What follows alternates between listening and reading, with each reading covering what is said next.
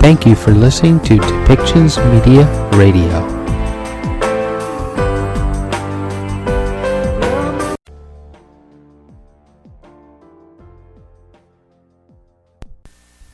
Welcome to Policy and Rights, the show about government policy and human rights.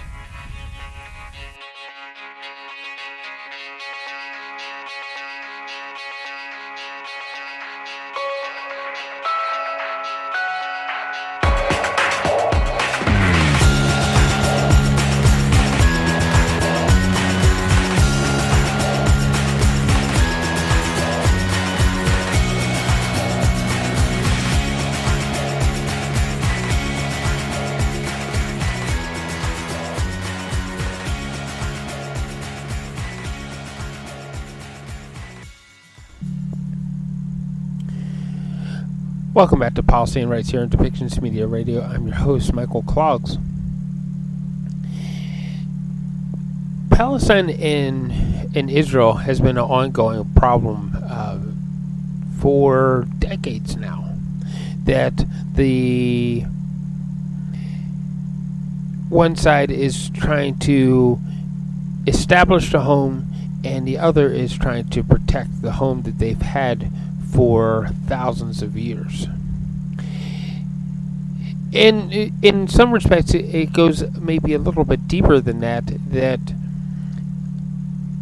if we dial back through the Bible into the Old Testament, we start to see other differences that have been in effect for thousands of years. The differences between two people and their origin, in which case they do actually have a common origin, but it splits because of the actions of a handful of people.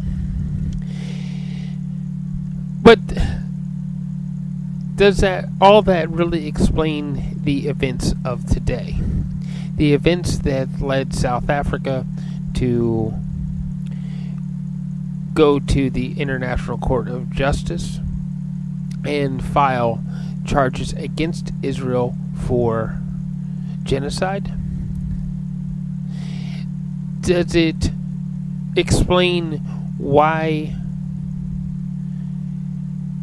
we had the situation on October 7th, 2023, where the Palestinians, or via the Hamas, attacked and kidnapped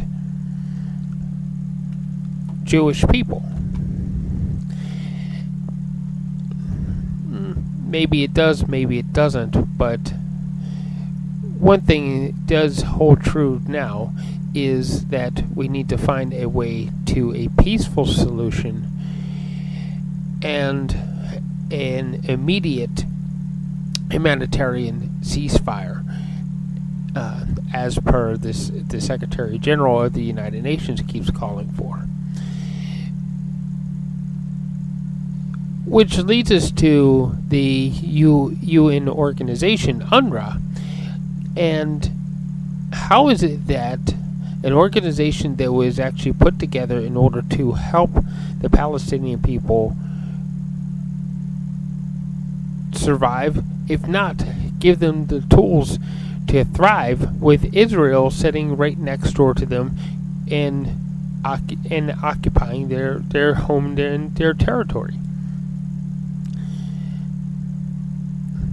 That's another explanation unto itself, but as the UN investigates and tries to find the answers why some of their workers participated in the kidnapping and the killings on October 7th, we have to show the United Nations some level of patience and believe in their ability to uncover the answers that led to the actions of those people. And that is becoming quite the scandal, and it is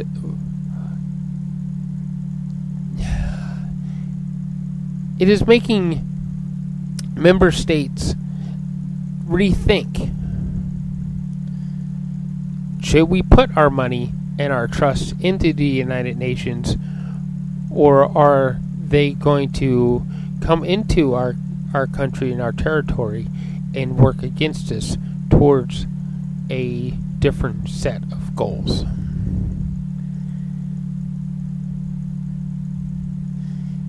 There are no easy answers to that. We only need to find information, and it's going to take time to gather that information, and we should be patient while those answers come and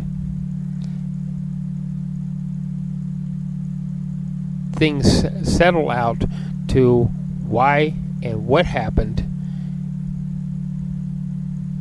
and look to finding a way towards peace, and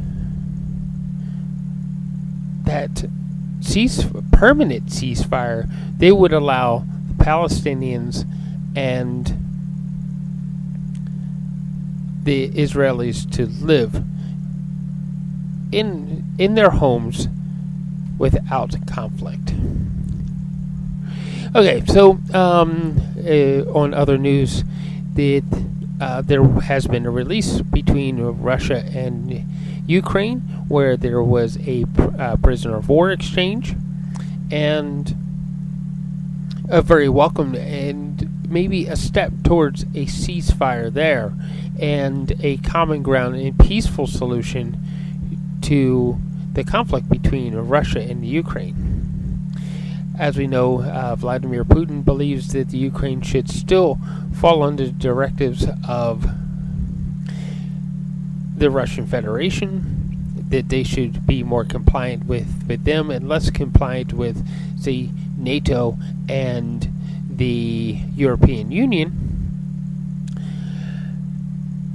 He still thinks of it through the views of the former Soviet Union and some of the things that happened there, and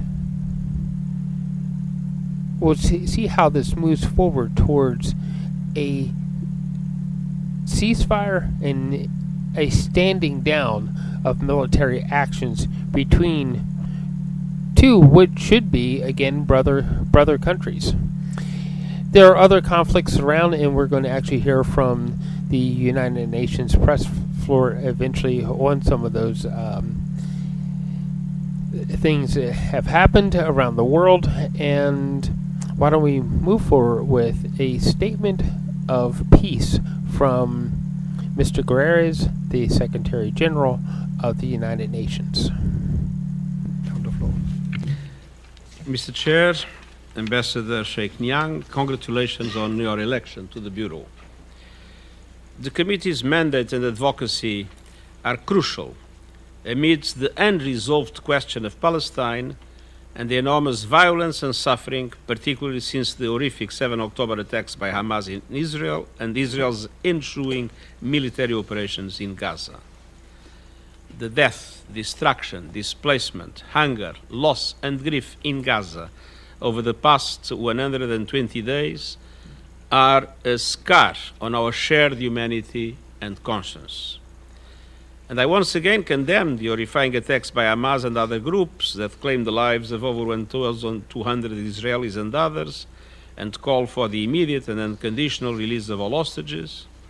There is no justification for the intentional killing, injuring, torture, or kidnapping of civilians, using sexual violence against them, or launching rockets towards civilian targets.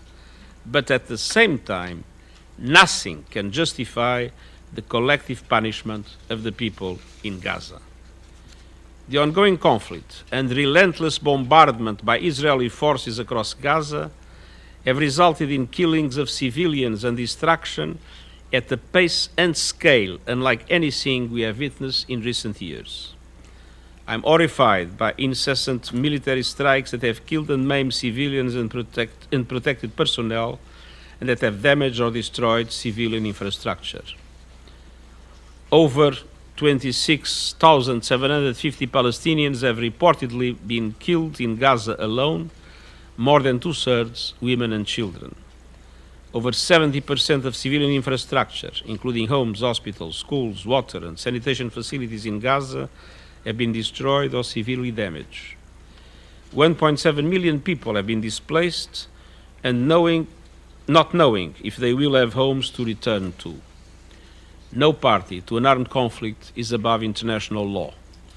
International humanitarian law, including the principles of distinction, proportionality, and precaution in attack, must be upheld at all times, and the binding decisions of the International Court of Justice must be complied with.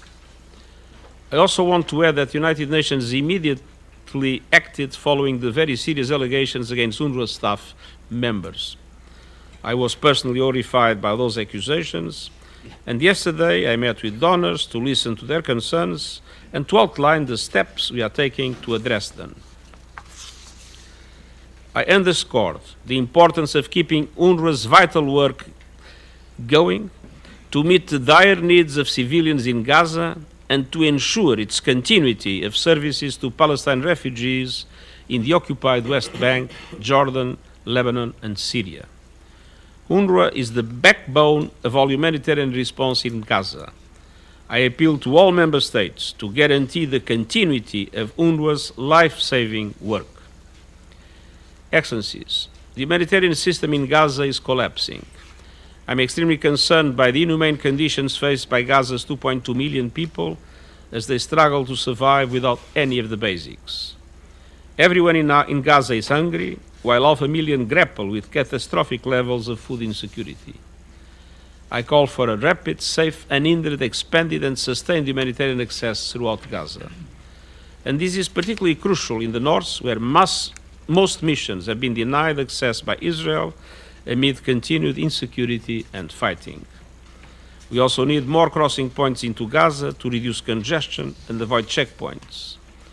I ask all parties to continue their active engagement with UN actors on the ground and to work closely with the newly appointed Under-Secretary General Sigrid Kaag, the UN Senior Humanitarian and Reconstruction Coordinator for Gaza, to scale up humanitarian aid to Gaza.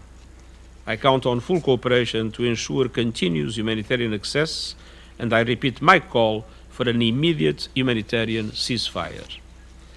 Excellencies, as we seek to address mounting needs in Gaza, we also remain focused on the deteriorating situation in the occupied West Bank, including East Jerusalem. I'm extremely alarmed by the high levels of settler violence in the occupied West Bank, and Palestinian attacks against Israelis also continue. All of this violence must stop and the perpetrators held accountable. Intensive Israeli operations go on, including in Area A of the occupied West Bank, leading to deadly armed exchanges. Dozens of Palestinians have been arrested, with many detained without charge, including children. And the violence has not been limited to the occupied territory. Rising hostilities across the Blue Line and attacks in Syria, Iraq, and the Red Sea risk triggering a broader escalation, risking regional stability. I call for urgent steps to de-escalate the situation and spare the region from more violence before it is too late. Excellencies, the conflict must end with tangible progress towards a two-state solution, an end to the occupation, and the establishment of a fully independent, viable, and sovereign Palestinian state, of which Gaza is an integral part. Only the two-state solution, based on the 1967 lines, with Israel and Palestine living side by side, with Jerusalem as the capital of both states, in line with UN resolutions, international law, and prior agreements, can ensure the realization of the inalienable rights of the Palestinian people, as well as a just and lasting peace and stability in the region. The international community must not waver in its commitment. Let us work together to advance a meaningful peace process that will put an end to the tragic cycles of fear, hatred, and violence, and build a peaceful and hopeful future for Palestinians and Israelis. Thank you.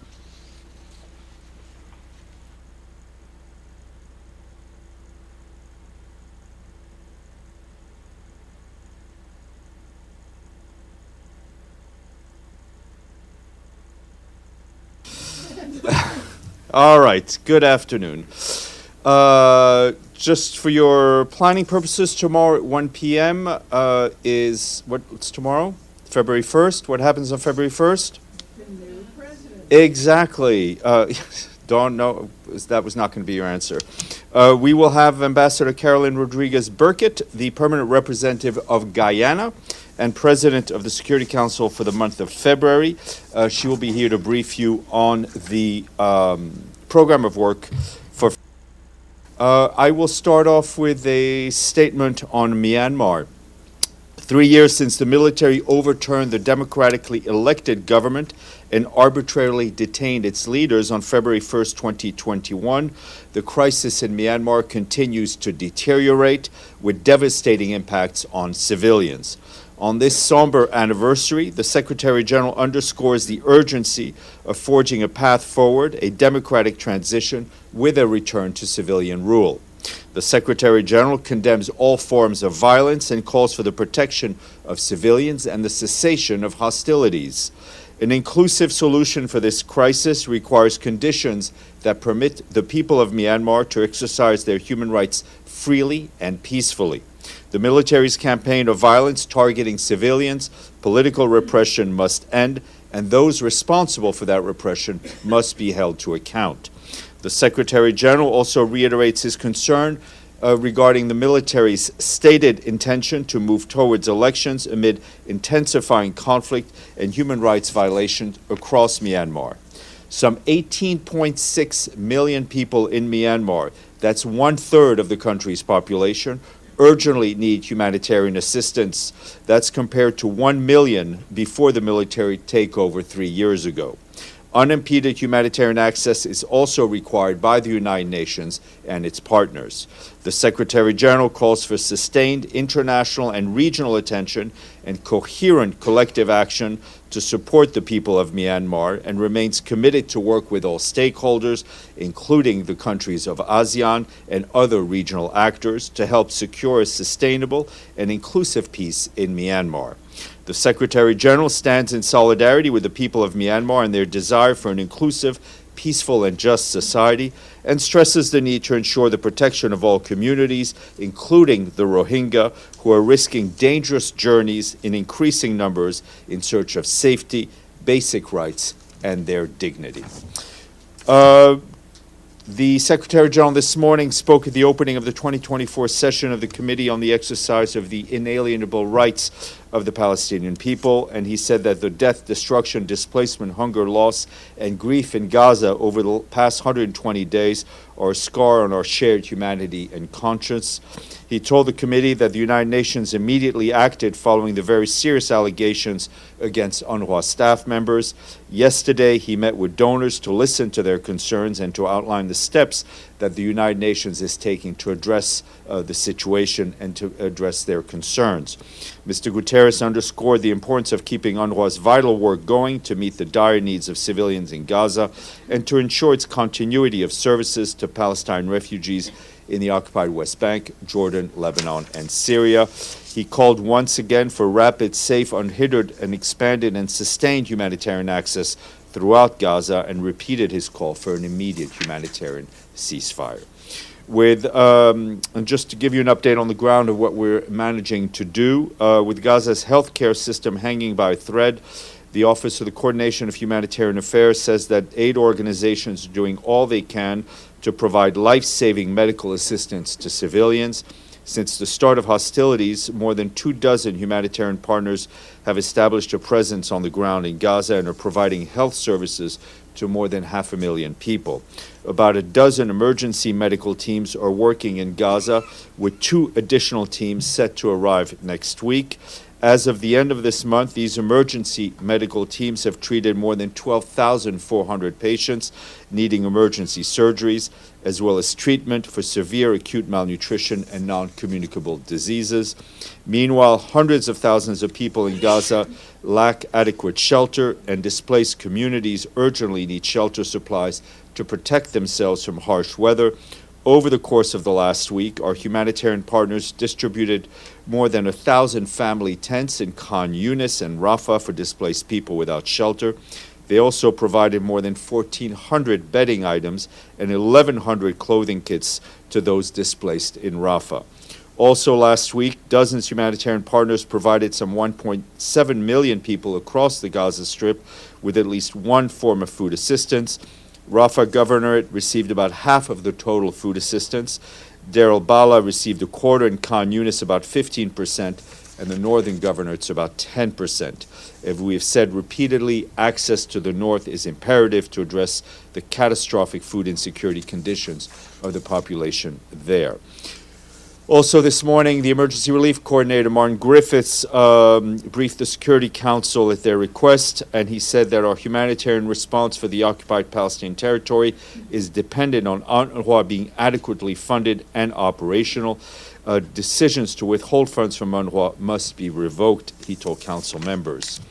And the Interagency Standing Committee, which brings together the UN and non-UN governmental humanitarian bodies, said in a statement that they issued, I think, last night or early this morning, that the allegations of involvement of several UNRWA staff members in heinous attacks on Israel on 7th of October are horrifying. They added that we must not prevent an entire organization from delivering on its mandate to serve the people in need. They also called on the various member states that have paused funds from UNRWA to reconsider, given the catastrophic impact. And lastly on this topic, our colleagues in Geneva at UNCTAD, that's the UN Conference on Trade and Development, released a report today on the social and economic deterioration in Gaza since the beginning of the military operation after October 7th. The UNCTAD currently estimates that Gazan economy has already contracted by 4.5% in the first 3 quarters of 2023. However, the ongoing fighting has greatly accelerated the decline and precipitated a 24% gross domestic product contraction and a 26.1% drop in GDP per capita for the entire year. If the current military operation were to end immediately, with reconstruction starting right away, the 2007-2022 growth trend persists with an average growth rate of 0.4%. It would take Gaza until 2092, they estimate, just to restore the GDP levels of 2022, with GDP per capita and socioeconomic conditions continuously declining. Moving to Ukraine, we have an update on our humanitarian response. Our colleagues at OCHA tell us that last year in 2023, 11 million men, women, and children received assistance, including water and hygiene supplies, materials to repair homes, health or education services, food, cash assistance, as well as counseling, legal aid, and demining. Assistance to frontline communities was one of the top priorities, with 107 convoys having delivered much-needed supplies to families severely impacted by the hostilities. Our colleagues tell us that humanitarian workers have also stepped up to help civilians facing freezing temperatures, which in Ukraine can drop to minus 20 degrees Celsius in the winter. Our partners have also provided nearly 1.7 million people with solid fuel to ensure heating in areas that do not have electrical power or gas or water, as well as winter clothing and thermal blankets. They've also supported the insulation of homes and centers hosting displaced people. We, along with our partners, still face challenges to help people in the areas occupied by Russia, where humanitarian needs are dire and the response extremely limited. Our humanitarian colleagues also noted that in 2023, indiscriminate attacks destroyed more than 55 aid facilities in Ukraine. This year, we, along with our partners, are seeking $3.1 billion to support 8.5 million people in Ukraine. Trip announcement for you. Jean-Pierre Lacroix, the Undersecretary General for Peace Operations, will be traveling to the Democratic Republic of the Congo for a week, and he arrives tomorrow. Following up on his latest visit in the country, which was in June of last year, Mr. Lacroix will meet with the President of the DRC, Felix Tshisekedi, and other relevant partners to build on the collaboration established between the UN and the Congolese Authority in the context of the peacekeeping mission's disengagement from South Kivu. Mr. Lacroix will begin the visit in the east. He's scheduled to go Goma, Beni in North Kivu, and Bukavu in South Kivu, where he'll be joined by Catherine Pollard, the head of our Department of Management, Strategy, Policy, and Compliance, as well as Christian Saunders, the Special Coordinator for Improving UN Response to Sexual Exploitation and Abuse. They will be reviewing the UN's mission's ongoing efforts, including the response to misconduct by UN peacekeeping personnel. In addition to discussions with provincial authorities, civil society, community leaders, and UN staff, the delegation will visit a peacekeeping base in South Kivu that will be transferred to the Congolese authorities in the coming days as part of the the first phase of the mission's accelerated withdrawal. And in Kinshasa, he'll meet with national authorities, including the president, to discuss challenges and opportunities and how we can continue to support the country's peace efforts. Moving just north to the Central African Republic, some positive news from our peacekeeping colleagues there. They're seeing notable security and protection improvements in two prefectures located in the center of the country, in Nana Gribizi and in Kemo prefectures. However, they say challenges persist in Umafafa, also in the country's center, but in the west, two of the prefectures, but to the west, also in the country's center. But the mission says that due to the presence of members of armed groups posing threats to civilians in some areas, there continues to be some dangers. In support of local authorities and security forces, our UN peacekeepers continue to conduct patrols inside towns and on key roads. They're also working with local partners to strengthen peace and reconciliation efforts to promote social cohesion, stability in that part of the country.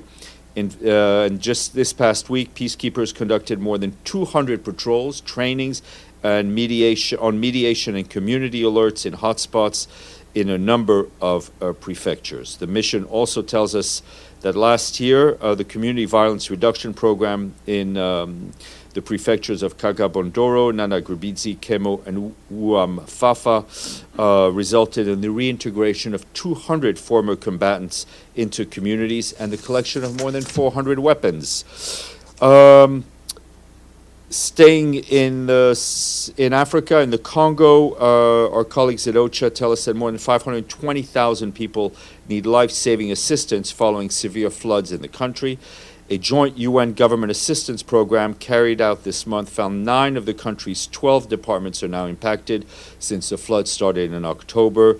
In one part in the northeast, 350,000 people are in need of humanitarian aid. The government, with the support of the UN on the ground, is providing food emergency, shelter, and hygiene kits, among other items. Medical teams have also been deployed for epidemiological surveillance and treatment. Martin Griffiths, our emergency relief coordinator, has allotted $3.6 million from the Central Emergency Fund to help out. And in South Sudan, now that the dry season is approaching, large number of cattle are traditionally moved by herders from Warrap to neighboring western Bahr al-Ghazal as they seek to access grazing lands and water. This can cause significant tensions and violence involving farmers whose crops may be damaged or destroyed by the influx of livestock. Aiming to prevent such violence across state borders during the cattle migration, the peacekeeping mission in South Sudan hosted, along with its partners, a conference where 50 representatives of the pastoralist and farming communities could talk. The mission said the conference ended in endorsing an agreement which regulates the movement of livestock. And our friend Filippo Grandi, the High Commissioner for Refugees, concluded today a 3-day visit to Ethiopia, urging more support for the nearly 8 million people displaced by the brutal conflict in Sudan. According to UNHCR, since April of last year, more than 100,000 people have crossed into Ethiopia from Sudan, including close to 47,000 people who are already refugees or asylum seekers. That's on top of the 50,000 Sudanese refugees who are already in the country.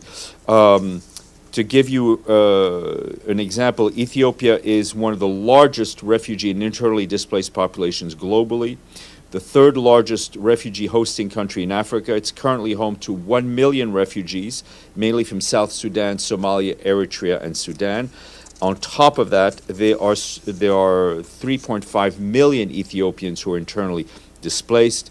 UNHCR is working with the government and other regional local authorities to support people and provide life protection services. The UNHCR's program in Ethiopia were less than half funded last year, receiving only 36% of the $431 million they need. In 2024, the response plan is for $426 million, and we would like some money. Speaking of money, that woke up Ibtisam. Yes, exactly. Yeah, exactly. Show me the money. No credit cards, cash. 3 more countries on the honor roll. One country is in Europe and hosts a peacekeeping mission.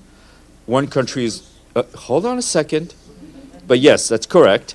One country is where my grandfather was born in 1889. And the other one is a country that I've never visited that's on my bucket list. Okay, so if you haven't figured out by now that I'm self-centered, you're not a very good observer of things. Yeah. Yes, exactly. No, it's we ran out of jokes. So yes, we thank our friends in Nicosia. We thank our friends in Kuala Lumpur, which is on my bucket list. Malaysia is on my bucket list, and our friends in Poland, in Warsaw. James, you did win 1/3 of the quiz, so please, and then we'll go to I'm going to have to, do more research on your family history in order to be able to win other items. So, sorry, I haven't been here for a few days, but I'd like you to just. But others did ask question while you were away. I know, but I would like, because it may have been asked, but I'd like to go through the timeline of the UNRWA allocations, please. Could you explain to me when the information was first brought to the UN's attention, and then what happened beyond that? I can tell you, yes, you're asking me to look back in time. I can tell you that, what day is today? Today's Tuesday, Wednesday 35th. Okay, we made, on Monday, the Secretary General, This Monday. last Monday, right, Secretary General was briefed by Philip Lazzarini, who came from Jerusalem to see him. Mr. Lazzarini then briefed a number of key. Do we know when Mr. Lazzarini was given? I think a few days, a few days before. I don't have the exact time. And Mr. Lazzarini has been given the full dossier or whatever. We went through this yesterday. Information was provided to UNRWA. We have not received, there's been all this report of a quote-unquote dossier since we spoke about the UNRWA staff members. As far as I know, we have yet to receive and that the dossier allegedly covers the dossier, more people than the 12. That's the dossier is what's reported in your press and ours. So, okay. And then I get on the same subject. In fact, Martin Griffiths spoke in the council this morning about the effects of the way the life-saving services of UNRWA could be jeopardized by the alleged actions of a few individuals. He says it's a matter of extreme disproportion. What does he mean by that? Listen, what the Secretary General is saying is that we are able and have the capacity to do 2 things at once, which is deal with these very serious allegations. Action was already taken. An OIOS investigation is already underway. A full review of UNRWA and risks and how it works had already been requested by Mr. Lazzarini on January 17th is going on. What we are saying is that the fact that these donors have suspended and that they have concerns, and we share those concerns and we're addressing them, is putting the lives of a lot of people and millions of people at risk because UNRWA has no reserves, and if they have no money, they have no money, and they can't operate.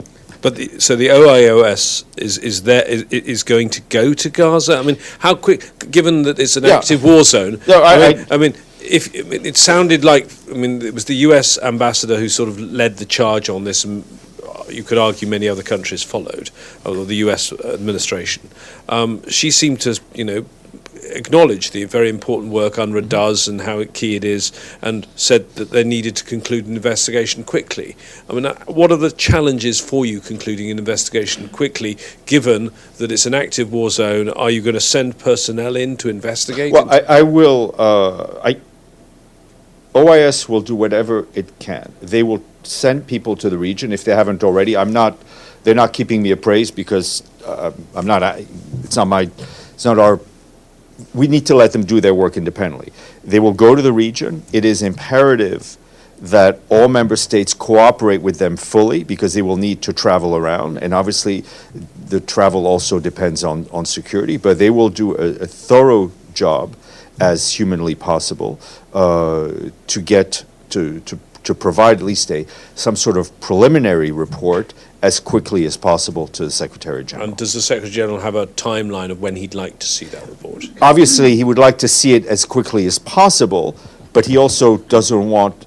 He doesn't want to influence the investigation. We don't want it to be botched. We want it to be thorough and complete, but done as quickly as possible. Ibtisam. Okay, so first to something that the Secretary General said today also. He talked about dozens of Palestinians have been arrested, with many detained without charges, including children. But factually, we are talking about actually thousands of people who has been arrested since October, and every year more than 1,000. So I guess my question is, why talking about dozens when we know for a fact that actually thousands? I mean, I think he was talking about a more specific period. We're very much aware of the very high numbers of people who have been detained without charge, and we've always called for people to be, those people to be released. Okay, so, and my other question is about yesterday, a dozen Israeli soldiers stormed a Jenin hospital, wearing clothing of doctors, nurses, veiled women, etc., and they executed 3 Palestinians in Jenin, in that hospital. Any comments on that, and also on the fact that the way they entered, etc.? I think a couple of points to make. One more at a high level is that we've seen throughout this conflict hospitals used as a point of conflict. Hospitals need to be protected at all cost. And the violation of hospitals is against international law. We also stand clearly against any type of extrajudicial killings. Last thing, if I may, there is a new media reports about international charity organizations saying that they have to pay money to companies.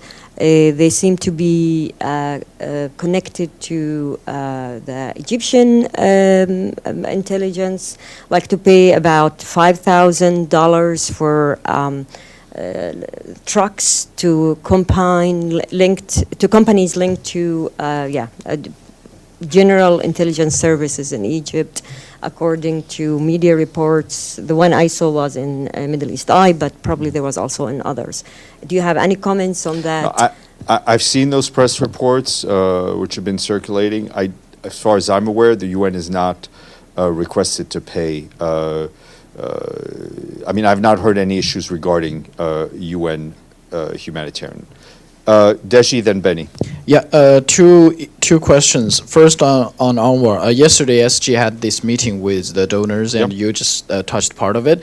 Just want to know, after SG laid out his report, his concern, his urge about continuity of UNRWA, what's the response from the top donors? What they want? Well, I mean, listen, it was a chance for donors to interact actively and constructively with the Secretary General. He answered the questions. He laid out what we're doing, which is basically what I've been telling you. I think the important thing is not whatever they said in the meeting. The important thing is we'll see what happens in terms of their decisions on funding. So how's the sentiment?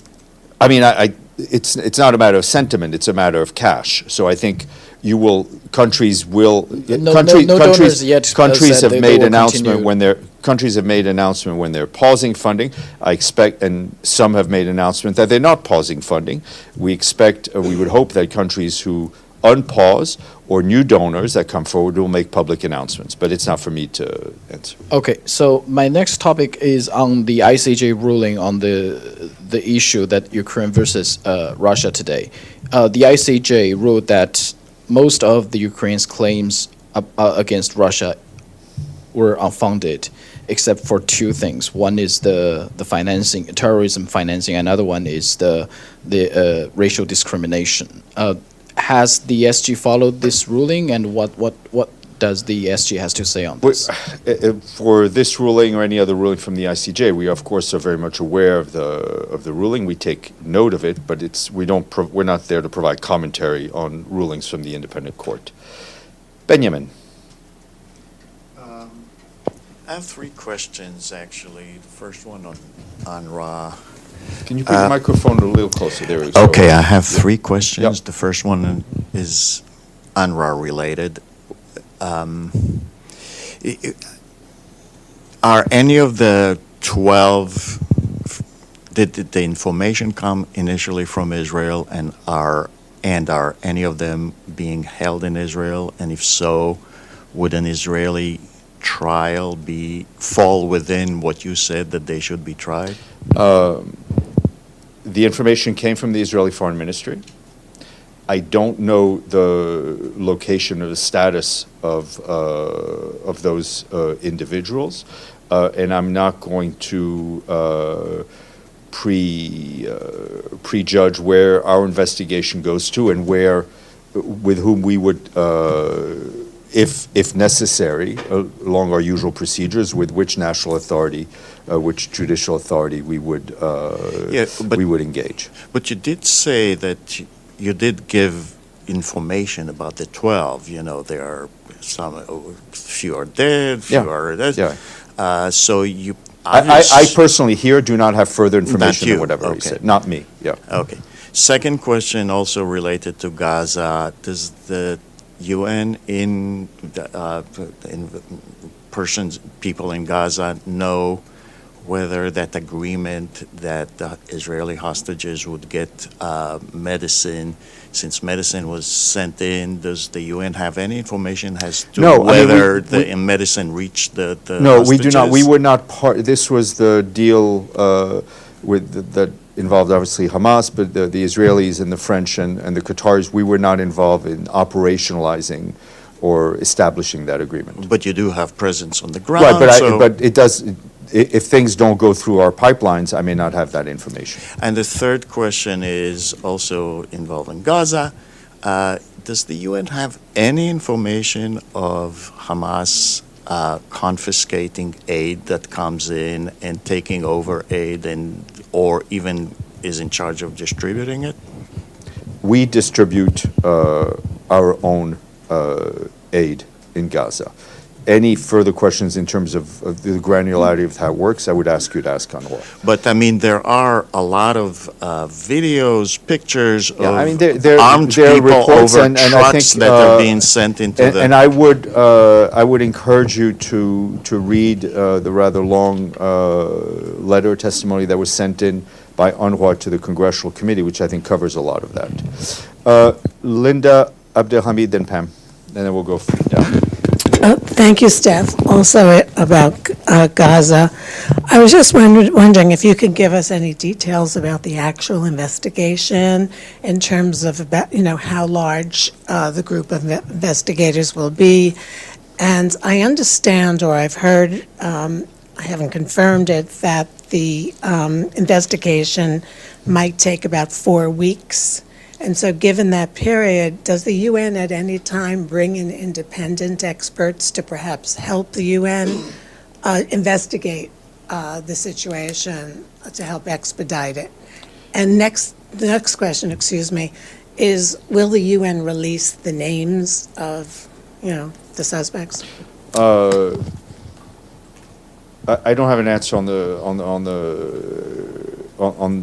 on your second question, on your first question, I mean, the OIOS has investigators on staff, right? They've been mobilized to work on this with the highest possible priority, right? And that's what's happening now. I can't give you a time frame from here, but obviously it is. We would hope that this is done as quickly as possible, but as thoroughly as possible as well. What about releasing the names of? I think that, well, I'm not going to say anything more while the investigation is going on. Abdelhamid, then Pam. Thank you, Stefan. My first question about UNRWA, as everyone, don't you see that there is, it's not a coincidence now, of most of the questions about UNRWA and not about the massacres, not about what happened in the two hospitals being raided these days, with 156 people killed yesterday, and storming that hospital in Jenin, which is a heinous crime. I mean, Abdelhamid, I choose my answers. I don't choose the questions that people ask. And in fact, to your point, a question was asked about this just a few minutes ago. But I'm not here to analyze the questions. I'm here to answer the questions to the best of my ability as representative of the Secretary General. Okay. My second question, don't you think that UNRWA deserves a Nobel Prize for working in such conditions, losing 152 staff, and still working under those difficult circumstances? Nobel Prize apart, because it's not my department nor my organization. We have underscored since the beginning the amazing work that these UNRWA colleagues and colleagues from WHO and colleagues from the World Food Program, yes, Palestinians and internationals who have remained in Gaza to continue to try to deliver humanitarian aid in the midst of a conflict zone. My last question. When there is accusation against some member of the staff members of any UN organization, including the Secretariat, what is the procedure? Should their contract be immediately cancelled until the results of the investigation, or should be put on hold in the past? There's a proviso in the staff rules that the head of an entity can terminate a staff member based on information the entity has received. It's not the first time it's happened, right? Staff members continue to have avenues internally to appeal those decisions. Pam. Thanks, Steph. A few more questions on the granularity of the investigation. Well, iOS will conduct their own investigation, and I've also heard 4 weeks. Is there any sense of a timetable? I cannot use different words than I did in answering Linda. Okay. Number two, above and beyond that is an investigation that the UN will do, the Secretariat will do, with independent investigators? The OIOS works. No, as but it's. OIOS works as an internal, independent audit and investigation service. Right? They report. They report to the General Assembly and also to the Secretary General, but they work independently. There is, as Mr. Lazzarini said, he is working on commissioning an external body to do a review of UNRWA's whole work, the way they work, where the risks are, where the liabilities are. As soon as we have further information to announce on that, we shall. And that will include independent. It'll be a fully external organization or entity that will do it, not a UN entity. And that one is more It's broader, and he asked, he said he was going to do it on January 17th, which was quite some time All right, ago. and the final piece of that is U.S. Ambassador Linda Thomas-Greenfield said yesterday that fundamental reforms would have to take place in order for U.S. to reestablish funding.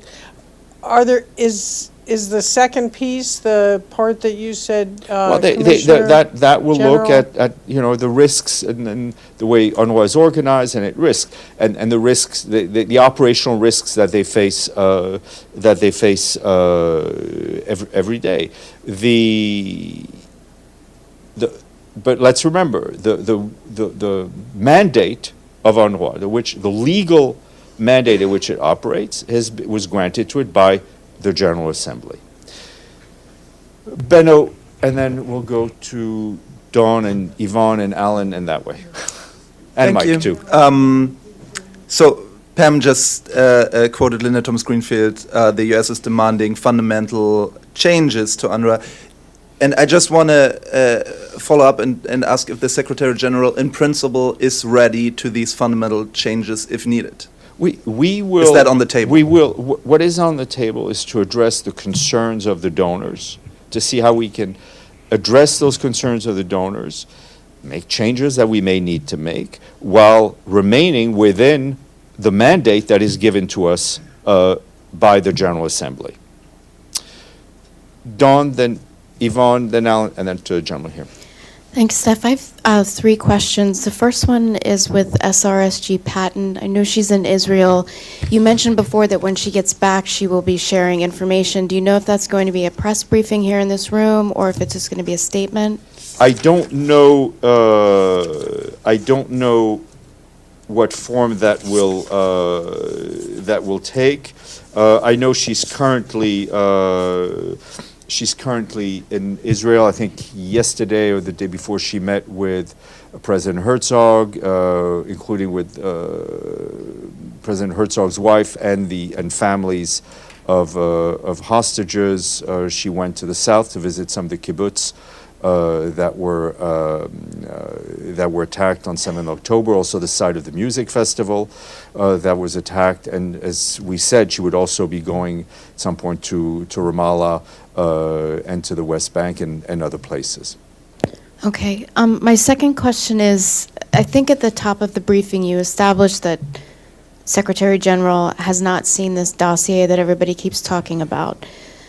In the briefing Security Council meeting just this morning, which I believe is still happening, Ambassador Linda Thomas-Greenfield said, quote, "The disturbing and, according to the Secretary General, credible allegations that 12 UNRWA employees were involved in Hamas on October 7th attacks on Israel has shaken confidence in UNRWA," unquote. She's saying that the Secretary General agrees with these credible allegations. Based on what? What has he seen? So it's true. They're two separate. There's this quote-unquote dossier that many of you have been reporting on, that has clearly been shared with members of the media. As of today, unless things have changed in the last few hours, it has not been officially shared with my colleagues at UNRWA, who have asked for written information.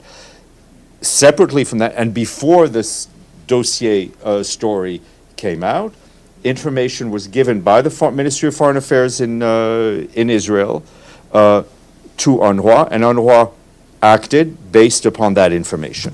So it's separate. But what about the Secretary General? Well, I mean, the Secretary, it was shared with UNRWA. Philippe Lazzarini briefed the Secretary General, and the Secretary General did not second-guess Mr. Lazzarini. Okay, and, all right. So secondhand information. Well, I mean, he was briefed. The person on the ground was briefed, and then he briefed his boss. Okay. His boss believed him. Okay. Okay. And just one final one with UNRWA again. Yesterday at the stakeout, Linda Thomas-Greenfield, U.S. ambassador, again went on about how UNRWA is essential. UNRWA is the only organization on the ground that has the capacity to continue to provide assistance. They've literally saved thousands of lives. So she's established that UNRWA is important. These allegations come out. Nobody seems to have seen this dossier. Investigations have started, maybe, not really sure. But the U.S. position is that they're going to pause funding. Yesterday in this meeting that the Secretary General had with member states, did he ask the U.S., why is this the U.S. position? Because it seems to be quite contradicting. We really believe in UNRWA. They've saved lives. No one else can do this job, but we're going to pause funding. Member states take the decisions they take because of whatever reasons or based on whatever considerations they use to make those decisions. I mean, the U.S. is not the only country. I think about 15 countries have suspended payments. So you need to ask them. We agree, and we've been saying forcefully, that UNRWA provides critical services and critical help, and we talk about it every day. We also agree that these allegations are extremely serious and they need to be dealt with, and that's we're doing two things at once. Yvonne. Thanks, Steph. The Secretary General, again on UNRWA, the Secretary General has said he's shocked by these allegations. Is it the first time that the Secretary General has been alerted to concerns along these lines about UNRWA staff? I mean, it's the first time we've ever been given information where UNRWA staff are accused in participating in terrorist acts. But has he been alerted to concerns about potential extremism within UNRWA previously? We've all seen press reports on these things. And as I said also yesterday, we routinely, yearly, share the list of all our staff that operate in Gaza and the West Bank with both the Palestinian Authorities and the Israeli government, and neither of them had raised concerns about the names on our staff lists. Okay, sorry, but he's seen press reports. He hasn't received other concerns, allegations via letter. We've never seen allegations to this level. Alan. Thank you, Stefan. I have two questions, please. The Russian investigation established that the plane Il-76 carried the Ukrainian prisoners of war was downed by the U.S. system Patriot. In this regard, does the UN expect the uptick of escalation in the conflict, given the fact that first the Russian carrier was attacked at the Russian territory by the U.S. missile? Look, we have no independent information on what happened. We understand, and it's clear that a plane went down. I think we've been repeatedly expressing our concern about the escalating cycle in this war, but we have no independent information on what happened. Following up on this, my second question. Russian president called for international investigation in this regard, and Russia invites the international experts. So my question is, if Russia proposes to UN send the experts to conduct this investigation, are you ready to do that? Well, we would have to look at whatever. I mean, it's a very general question, and we've seen those press reports. Let's see and wait to see what if we get a request and what the request entails, and then we'd be able to comment on it. Yes, sir. I'll get to the second round, and let me get through first. Thank you, Stefan. Karim Awifia, Maghreb Arab Press Newswire. I have a question and then a follow-up, if you may. Yesterday, you announced that they announced the visit to South Africa of the personal envoy of the Secretary General, Mr. Staffan de Mistura, who has been out of sight since the adoption of the resolution 2703. 3 months ago. Everyone knows that South Africa is not a party to the dispute, and it abstained on the 3 resolutions that were adopted during its latest mandate in the Security Council on the issue, which means that which shows that it does not support the UN political process. My question is, why did Mr. de Mistura go to South Africa? Shouldn't he instead be meeting with the parties in the region here in New York or elsewhere? Well, I mean, Mr. de Mistura may be out of sight, but he's never out of mind, right? Just because he's not seen doesn't mean he's not working. He has gone to the region, as you know. He's also part of his mandate is to speak to whomever he thinks he should speak to, which member states and others, in order to move the process forward. Just because, and I'm not talking specifically about South Africa, just because someone may not agree with his own position or the UN's position doesn't mean we should not be talking to them. And he met this morning with the Minister of Foreign Affairs, Ms. Pandor, I think in Pretoria. And follow up on that. To my put your microphone a little closer so they can do the transcript. All right, sorry. To my recollection, this is the first time the personal envoy is announcing his travel through the spokesperson. I mean, I beg to differ on you. I usually announce his travel. Yeah. According to the latest report, according to the Secretary General's latest report, he visited many countries. Why did he choose to announce this only visit we've announced South Africa, not others? We've announced previous travels by the Minister to the region and other places. So I don't. You may analyze it one way. I don't fully agree with your analysis. Mr. de Mistura, I think, is as transparent as possible. As you know him well, he's a very good communicator. Of course, there's some things, as the Secretary General would say, there's some things that need to be engaged in discreet diplomacy, and sometimes things need to be done above water. But he reports back. Mr. de Mistura reports back regularly to the Security Council. Mike. A few questions. There was a House subcommittee meeting on UNRWA yesterday. Yes, sir. Some pretty middle of the road, generally speaking, Democrats coming out in favor of either disbanding or defunding UNRWA. Any immediate reaction from the Secretary General? Well, we believe in freedom of speech of parliamentarians everywhere. We addressed, I think UNRWA addressed those concerns in the letter they sent, which I've shared with, I think I've shared with all of you. If you didn't get it, let me know. We are trying to address all of the concerns of the donors and doing it in as active and transparent manner as possible to ensure that UNRWA's critical work can go forward. Second question, you and other officials have said that money, assuming these suspensions of funding stay in place, money for UNRWA will run out around the end of February. Are there any fungible monies that can take that place even in the short term?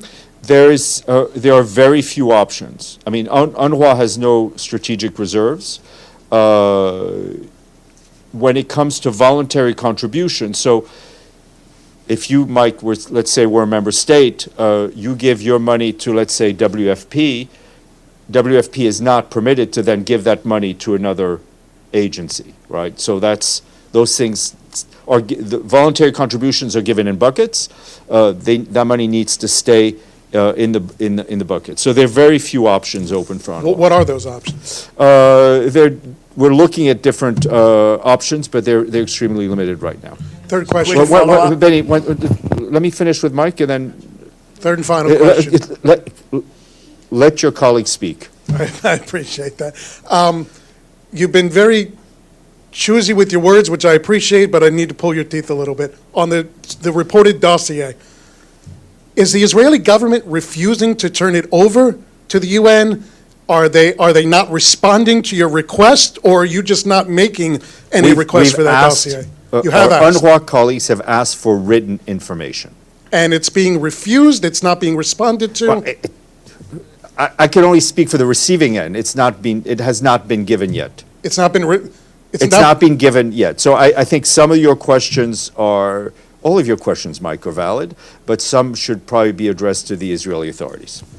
Just a quick follow-up yes, on the question of funding. Did the U.S. approve a chunk of money to UNRWA just before the suspension? I will. In terms of detailed UNRWA funding, let's see what information I can give you. I don't have UNRWA's accounts in my pocket. Because in yesterday's No, I heard what they said. So hearing, we'll try to find out. So one more question about yesterday's hearing. Why didn't the UNRWA commissioner, come as requested by the committee, come to the committee to testify? It was his decision. He sent a rather lengthy letter. Abdelhamid, then I go to you, Pam. Stefan, you have been long enough in the organization. Can you recall at least one incident that there were allegations against UNRWA and then found that to be unfounded? Some allegations against UNRWA. It's not the first time. There are so many. And I can recall at least 2 or 3 cases. Well, I'm sure I want you to share with us. You should contact UNRWA, who would have a better record. My brain is rather limited to the last 10 days. Oh, so you don't recall. I'm not a. When Pierre I'm not an archivist. I have to put a lot of stuff in my head. Some of it disappears after 24 hours. But you recall Pierre Krahenbuhl was accused and found I don't listen. All of those things are in the public record. Pamela, and then we'll go to Mushfiq, who's been very patient online. And for one person, we're with you on the memory limit of all this that's going on. My question is just on the my question on the actual payments to UNRWA. Is that one of the suggestions yesterday at the hearing was that countries might consider putting the money they were giving to UNRWA into the different agencies delivering aid, in other words, UN OCHA or WFP or WHO. Is that a feasible response? I think in the interim? I know, and I think the IASC said it, others have said it. It is, no other agency has the infrastructure, the staffing, or the network to do the job that UNRWA does, right? WHO, UNICEF, WFP have a few, maybe 100, 200 or less staff members in Gaza, right? UNRWA has 15, 13,000, right? So there's no knocking on another door of a UN agency to say, hey, can you do what UNRWA does? That's just not feasible. Mushfiq, thank you for your patience, sir. Thank you, Steph. Thanks much. The Bangladesh regime dismisses UN calls to respect fundamental rights, with the ruling foreign minister stating who is saying what from the UN. Oh, Mushfiq, Mushfiq, you're coming in and Mushfiq, you're coming in and out. Make your question very brief, and I'll try to hear you. Okay, can you hear me now? Yeah, thank you. The Bangladesh regime dismisses UN calls to respect fundamental rights, with ruling foreign minister stating who is saying what from the UN, we don't care. My question, is there a mechanism in a place to hold a member state accountable for the gross violation of human rights, voting and fundamental rights beyond merely expressing concerns? Well, there is, I would say that probably the best mechanism for any member state is the universal periodic review done within the Human Rights Council. Deji, then Ibtisam, then Halas. Very quick question. You urge donors to continue funding the UNRWA. Correct. Does the UN also urge countries to stop funding Israel military action? Would that be a good idea? We're focusing on what we do. We want to see on our funding, on the funding of our humanitarian operations. We would like to see this violence end. We would like to see as a first step an immediate humanitarian ceasefire. Deji, Ibtisam. Okay, I don't have any questions. I get the two of you confused all the time. Two questions. Yes. First, back to the issue of the UNRWA. Do you actually, given the fact that according to international law, the occupying power in any place in the world should care for the well-being and providing services for the occupied people under... That's my understanding. Yes. So why aren't you asking the Israelis to provide also financially for UNRWA? Because that's part of what they actually should. We are asking every member state to be able, who has the capacity, to do so. We're also asking Israel, and we've done so publicly and privately, to increase the volume of humanitarian aid coming in. Okay, just a follow-up on what you said before, that you share the list of UNRWA employees with the Israeli government, the Syrian, Lebanese, and Jordanian, because they have UNRWA presence. Yeah. Is this a normal is this normal when it comes also to other UN agencies that the UN shares? I think UNRWA is, short answer, I would have to double check, right, what the policy is. UNRWA, I think, is specific in the sense of the number of national staff that it employs. But that's a good question, and I will check. Okay. See you Thursday? Today's Wednesday, correct? Yes. Feels like Friday.